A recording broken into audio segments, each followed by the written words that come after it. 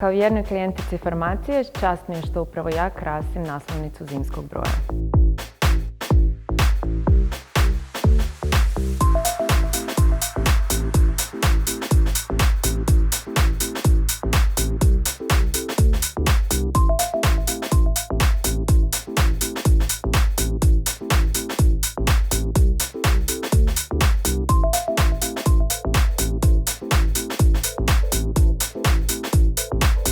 Kako sam s godinama postala sve zahtjevnija u smislu pravilne njege izvana i iznutra, ovim putem pohvaljujem ljekarnike iz Farmacije koji su uvijek tu da mi daju neki koristan savjet.